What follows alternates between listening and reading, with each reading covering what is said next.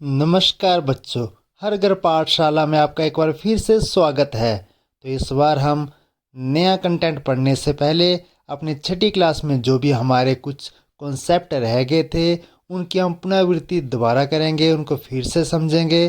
तो चलो आज हम स्टार्ट करते हैं इंट्रोडक्शन ऑफ इंटीजर के साथ। तो स्टडी करने से पहले थोड़ा घूम कर आते हैं। गांव में मेला लगा हुआ था और वहां पर चिंटू घूमता घूमता आ गया और साथ में वहां पर उसका दोस्त मिंटू भी पहुंच गया। वो चक्री को देख रहे थे। तभी रामू चाचा वहां पर आते हैं और बताते हैं कि यह एक गेम है। यह गेम इस पट्टी से शुरू होती है, काले रंग की पट्टी से गेम शुरू होगी। जो इसके किनारों पर पहले पहुंचेगा वो जीत जाएगा।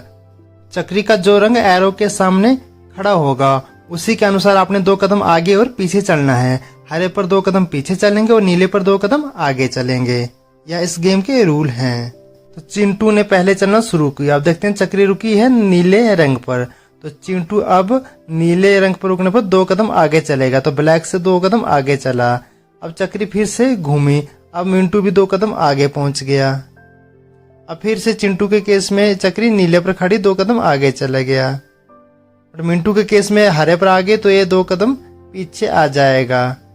अरे जहां से मैंने गेम शुरू की थी वहीं पहुंच गया, ऐसा तो मैं हार जाऊंगा। अब इस तरह से चक्री फिर से घूमती है तो अब नीला आ जाता है। तो इसका मतलब है अब चिंटू 2 कदम और आगे चला जाएगा। इसी तरह से चक्री हरे पर आती है तो मिंटू 2 कदम पीछे चला जाता है। और कितना पीछे चला जाऊंगा? इस पर रामू चाचा आते हैं और बताते हैं, बच्चों ये अंकों का खेल है। जितना आप आगे जाओगे उतना पीछे भी जा सकते हो। आगे जाने पर आप प्लस होते हैं और पीछे जाने पर आप माइनस होते हैं।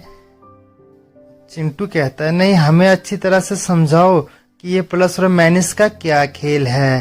तब जाकर रामू चाचा उनके कहने पर उनको समझाते हैं। तो बच्चों देखते हैं रामू चाचा ने ये गेम अंकों से कैसे बनाए। तो इसी से ही हम आज का कॉन्सेप्ट स्टडी करेंगे। मैंने वो दाएं तरफ की जो पट्टी थी वो इस आकृति से बनाई थी। ठीक उसी तरह जो बाएं तरफ की जो पट्टी थी वो इस आकृति की बिल्कुल विपरीत दिशा में गई थी। जहां से हमने गेम शुरू की थी वो एक गोल आकृति थी जिसे हमने काले रंग की पट्टी बनाई थी। दाएं तरफ जब हम आगे बढ़ रहे थे वो प्लस के अंक थे। ये प्लस के अंक आगे तक जाते रहते हैं, इनका कभी अंत नहीं होता।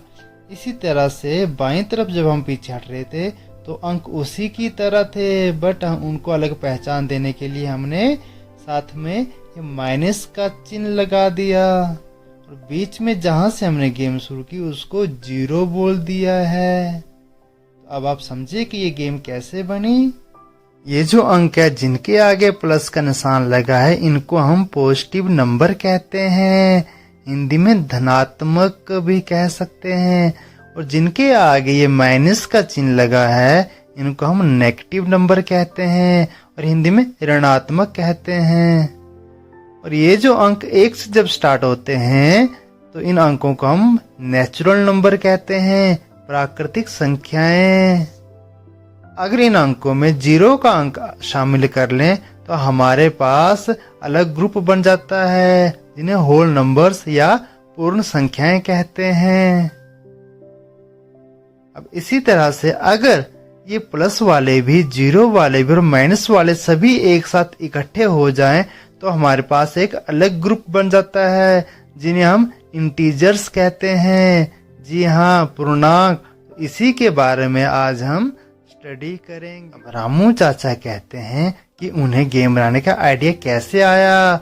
उन्होंने एक लाइन खींच दी और जहां से गेम शुरू की वो था उनका 0 वाला अंक।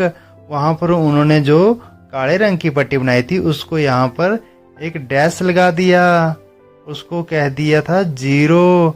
बाकी जो अंक थे 1 2 3 4 से लेकर 10 तक यहाँ पर इन्होंने डैश डैश का निशान लगा दिए थे। यहीं पर इसने वो पट्टी बनाई थी और यही डैश इन अंकों को भी दर्शाते हैं।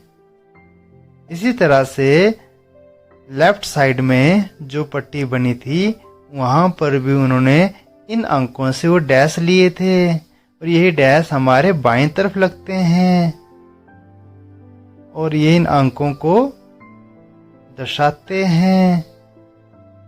ऐसी जो लाइन बन जाती है, इस लाइन को हम संख्या रेखा कहते हैं, नंबर लाइन। यहाँ से हमने अपनी गेम बनाई। अब चिंटू और मिंटू को ये अंकों का खेल समझा चुका है।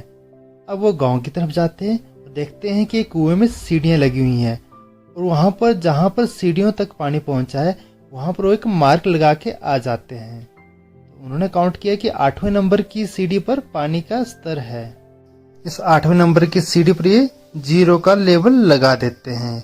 यहीं से वो चेक करेंगे कि पानी ऊपर जाएगा या नीचे जाएगा। अब बरसात शुरू हो जाएगी, देखते हैं बरसात में क्या होता है।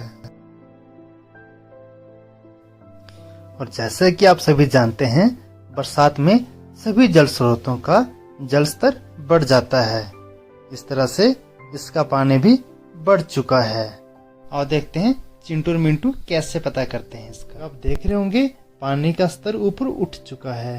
अब चिंटू और मिंटू दोबारा आते हैं और देखते हैं कि पानी कहाँ तक पहुंचा है। तो देखते हैं 6ठी सीढ़ी पर पानी पहुंच चुका है। तो जहां से स्टार्ट किया था वो 8वीं सीढ़ी थी, अब 6ठी सीढ़ी पर पानी पहुंच चुका है।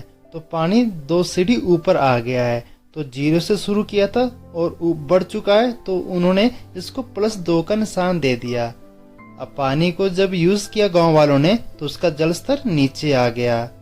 जल स्तर नीचे आने पर वो फिर से एक बार देखने जाते हैं। तो देखते हैं 0 से 3 सीढ़ी नीचे चला गया है पानी। इसी 3 सीढ़ी पर वो एक मार्क लगा देते हैं और रामू चाचा की तरह वो इसे माइनस का चिन्ह भी लगा देते हैं। तो -3 का मतलब है 0 से नीचे आ चुका है 3 सीढ़ी पानी। पानी कम है तो थोड़ा सा हरर गंगे भी कर लेते हैं।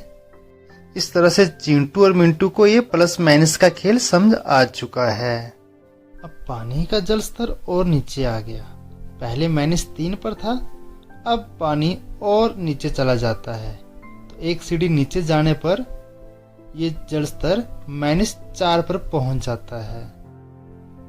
अब हम देखेंगे जब -4 पर जल स्तर पहुंच जाता है तो पानी कहां पर ज्यादा है, -4 पर ज्यादा है, -3 पर। देखो -3 से एक कदम नीचे आया तो -3 से एक कदम नीचे मतलब -1 किया तो ये -4 आ गया। तो माइनस भी यहाँ पर प्लस हो गए। अब देखो -3 ज्यादा पानी था और -4 के पास कम था, तो बड़ा कौन हुआ?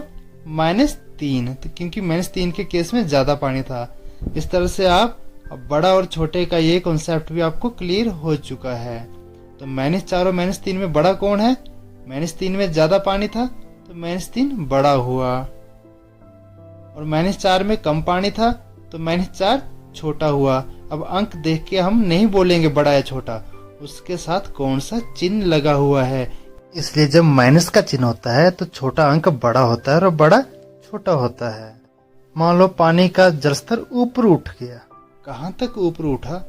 सपोज करो पानी हमारे पास -4 पर था और ये अब -1 पर पहुंच चुका है। 0 से 1 सीढ़ी नीचे है तो ये -1 पर पहुंच चुका है।